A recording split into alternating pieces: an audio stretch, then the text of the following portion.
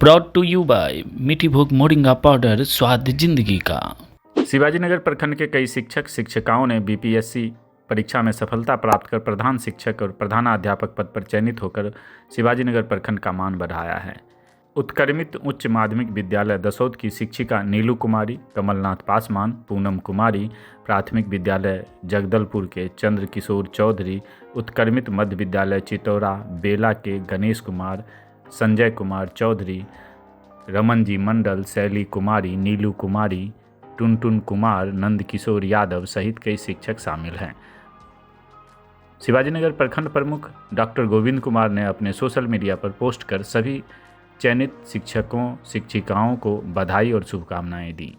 वहीं प्रखंड विकास पदाधिकारी आलोक कुमार ने उत्क्रमित उच्च माध्यमिक विद्यालय दसौद जाकर सभी चयनित शिक्षक शिक्षिकाओं का उत्साह बढ़ाया।